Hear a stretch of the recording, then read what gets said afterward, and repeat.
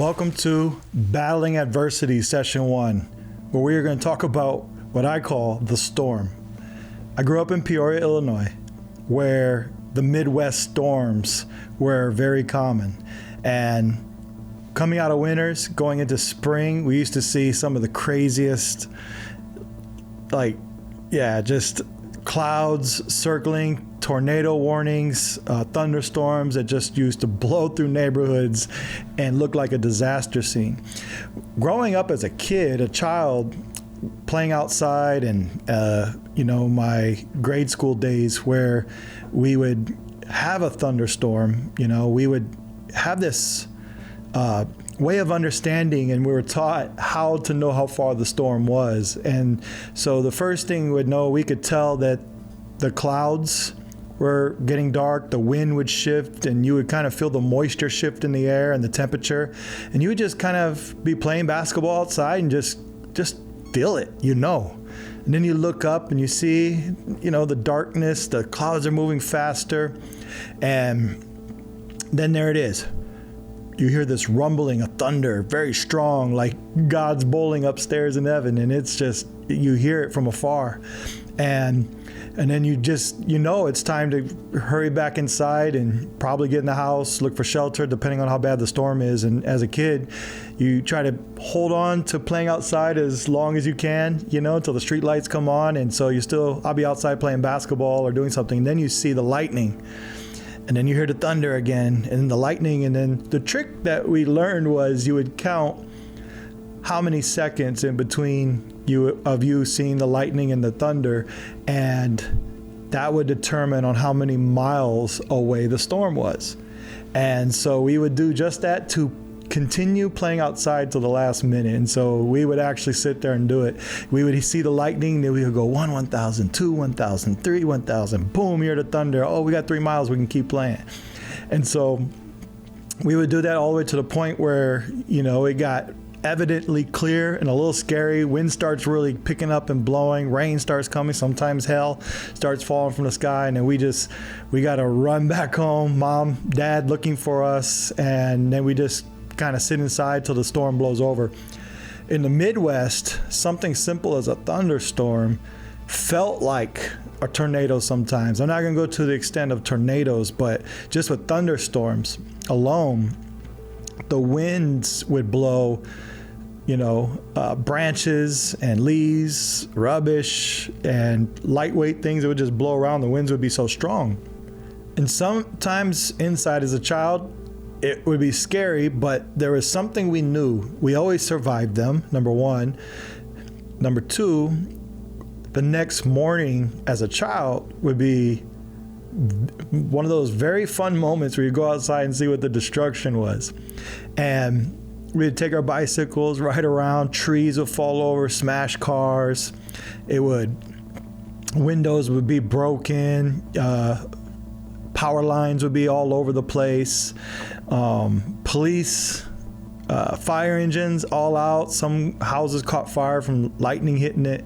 And we used to get these very often in the Midwest, and just getting that sense of a storm and going through it. And so as an adult, we look at things totally different than that kid mentality of trying to have fun and playful through a storm on the aftermath. But as an adult, we obviously go through these with concern, sometimes panic, sometimes, overthinking, sometimes thinking enough and being prepared. And so there's different ways we handle depending on the storm's severity. And we will prepare, panic, or just try to survive it. And so, growing up with these and having them very often, now shifting into business and battling adversity, I believe that the adversities that we face as entrepreneurs, as owners, as just humans, we sometimes, and a lot of times I hear, we categorize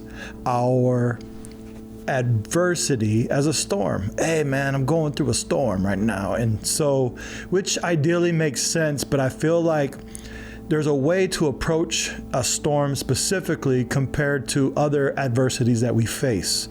And so, going through business, I wanted to be able to categorize, 3 different pillars of what adversities we would face, and then obviously subcategories are there to best prepare us on how you respond to an adversity.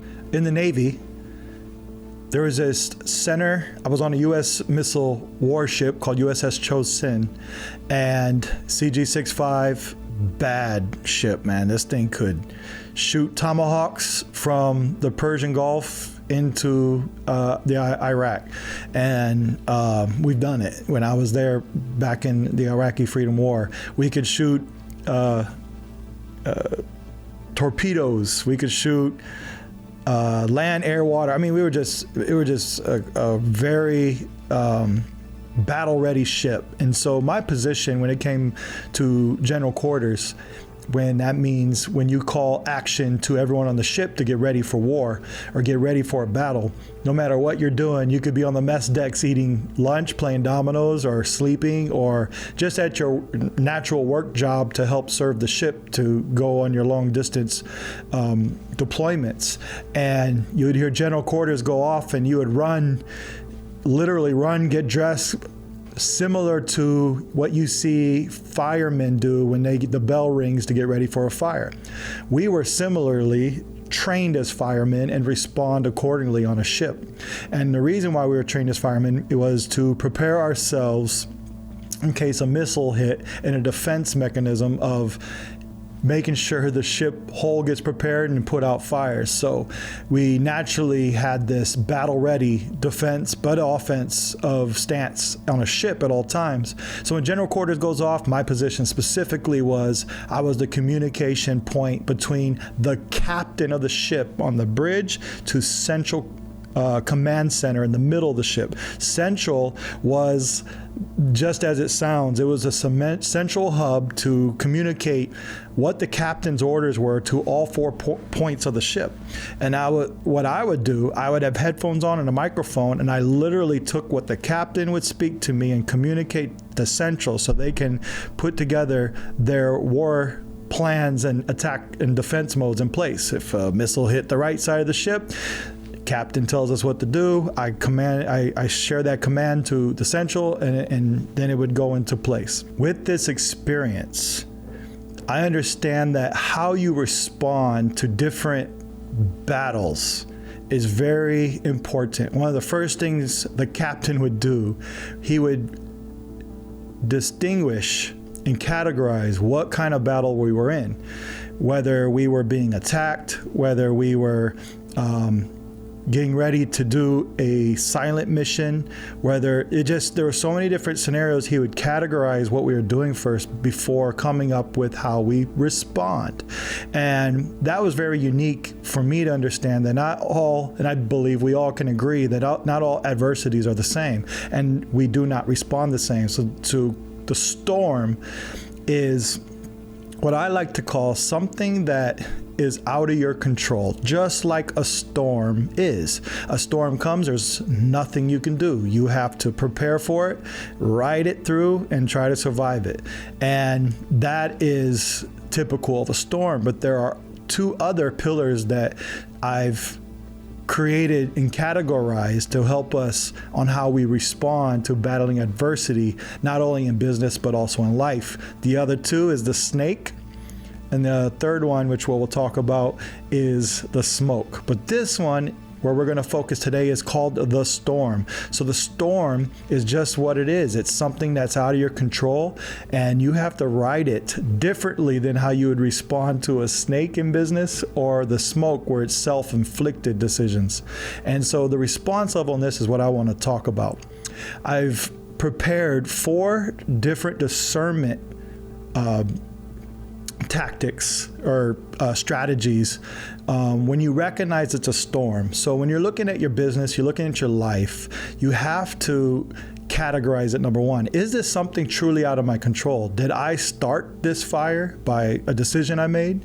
What is this somebody attacking my character, or is this something that's happening in the market way out of my control and I have to face it regardless if I was making the best decisions? If you're falling into that last category where it's totally out of your control, this is a storm. You know, I face storms all the time in life and business, and as a construction company on the island of Hawaii, we go through different storms where, for example, permitting delays have gone to a record length of anything experienced across our nation. You're talking 2 years for a permit for some houses and renovations, which is something that's totally out of our control as a builder, and we have to wait for these, but it creates an economical disaster based on your planning and, you know, getting jobs and things of that nature. So once you recognize it's a storm, now there's 4 things I want to share that, number one, depending on where you're at in the storm, you got to categorize that. These are the subcategories, and then how you respond to these. So the very first one is what I call the wind. The wind is, like I was sharing with a kid, there's a feeling and an intuition that you have that a storm's coming. And intuition basically means that a couple things. It could be a leading from the builder of all things himself, just giving you a leading and a feeling. It could be your experiences through life finally speaking to you through just commonality of experiences that you went through, and something similar connects with you, and there's just an intuition that develops. And we have to pay attention to these, because these are part of God parenting you, the builder of all things, putting you through situations through your life to have this gifting of just having this intuition of knowing when something's off, something's wrong. And that wind is a key indicator. And so the way to respond to the wind, or if you're in the wind, if you're feeling this intuition, what you don't want to do is ignore it and feel like you're over preparing.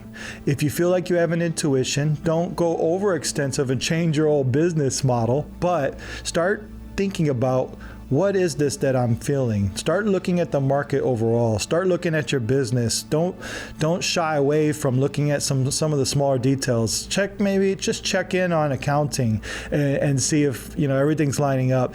Just check all the employees. Maybe give them a text tonight. Is everyone okay? Your intuition's going to start pulling you, like the wind starts picking directions. It's going to pull you where to go. And so if you ever have that feeling, my first thing I would say about the wind is just pay attention and don't just let it go. Number 2, it's the thunder.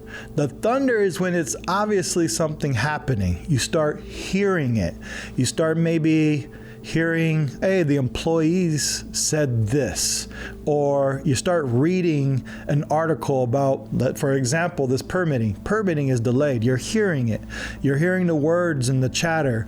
That's another situation on response. You definitely, you don't ignore these. You pay attention. But when you hear these things, now you have to start acting on them, not just checking in, but more acting. Because when you start hearing, that's the evidence that a storm could be coming. And as you know, storms sometimes just pass. You hear the thunder and the rain never comes, but you never know. That's the thing, and that's the preparation we have to be in. So the third one is the lightning. That's when you see it. That's when the permit's been delayed and now your bottom line's changing. The chatter is no longer just happening. People are starting to leave the company.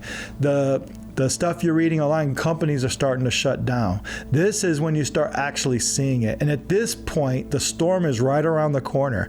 And now not only do you have to take action, and not just like the wind, start paying attention, and you hear the sound that's taking action. Now lightning is where you start having to start protecting yourselves.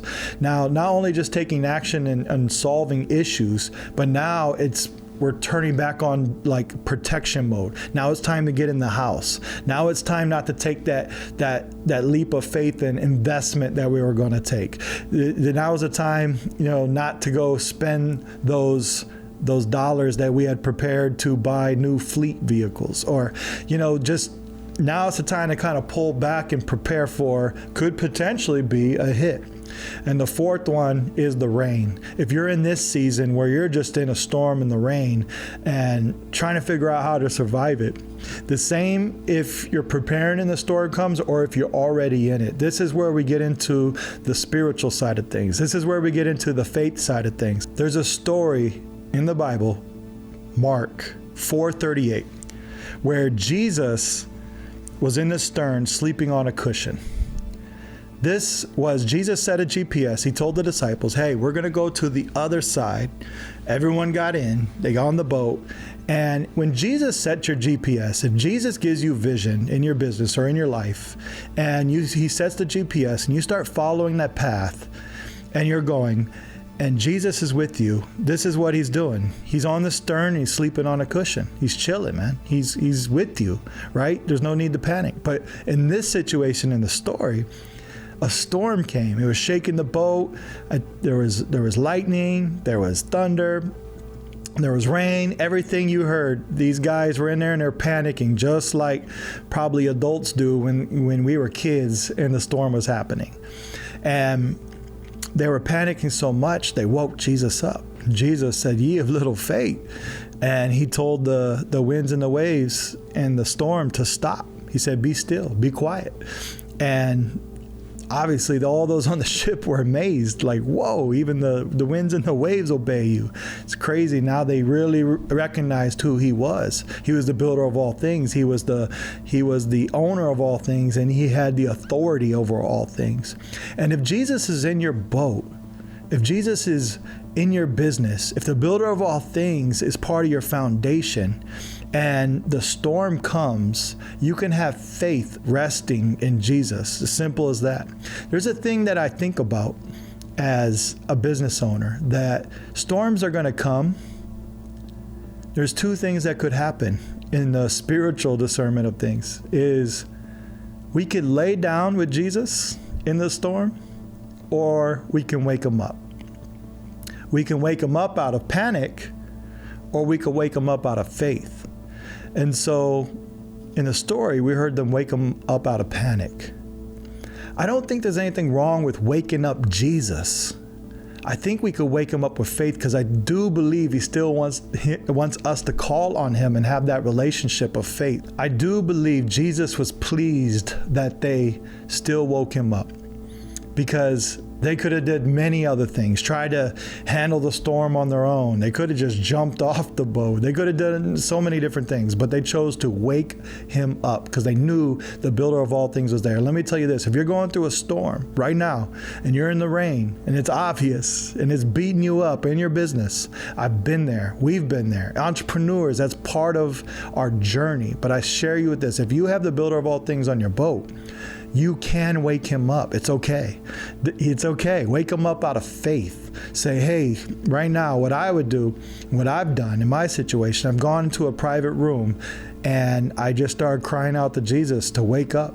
And Jesus will stop the storm. But what he's trying to prepare us for as entrepreneurs right now, and when storms come, because they're coming, they're always coming. And he's going to help us grow through these storms. He always allows us to survive. In Acts 27, Paul was on a boat. And if you guys know this by now, I reference boats as like our business, or the hand of God, and how he's guiding us through the stream and to the resources.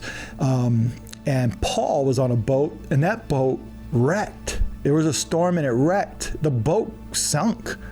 But not one person lost their life. Every single person got to shore. So the builder of all things will save you, will always save you. Sometimes the boat doesn't make it, but we always want to have faith to wake him up.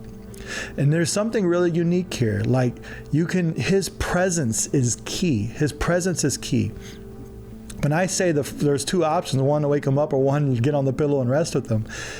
presence is where the power is. If you can recognize he's with you in the storm and be that childlike faith, the one that's excited about the storm, not in the sense of we want to see damage or people get hurt, no, but that faith knowing that after the storm comes, there's a journey that's after that, like a kid, understanding, having that childlike faith, knowing that we will survive it and we will have a journey to get through it afterwards, but also have the adult-like concern and response and responsibility to steward on recognizing it's a storm, paying attention to your intuition and the Spirit of God speaking to us, builder of all things. He does not just set the GPS and just let us run wild. No, he's there and he's going to give you the intuition to discern, is there a storm coming? He's going to even have you give you the spirit of discernment of hearing of the storm coming, seeing the storm coming. But when you're in it, like, you have the opportunity to lay on the cushion with him in his presence. So let me close with this. Sometimes, and most times, that storm is not for us to rebuke, it's to redirect. Right now, the season you're in, pay attention, respond in preparation, and have faith that you have his presence with you to rest in. You see, peace is not found in the absence of the storm. Peace is found in the presence of Jesus. And have confidence and faith knowing the builder of all things is on your boat today.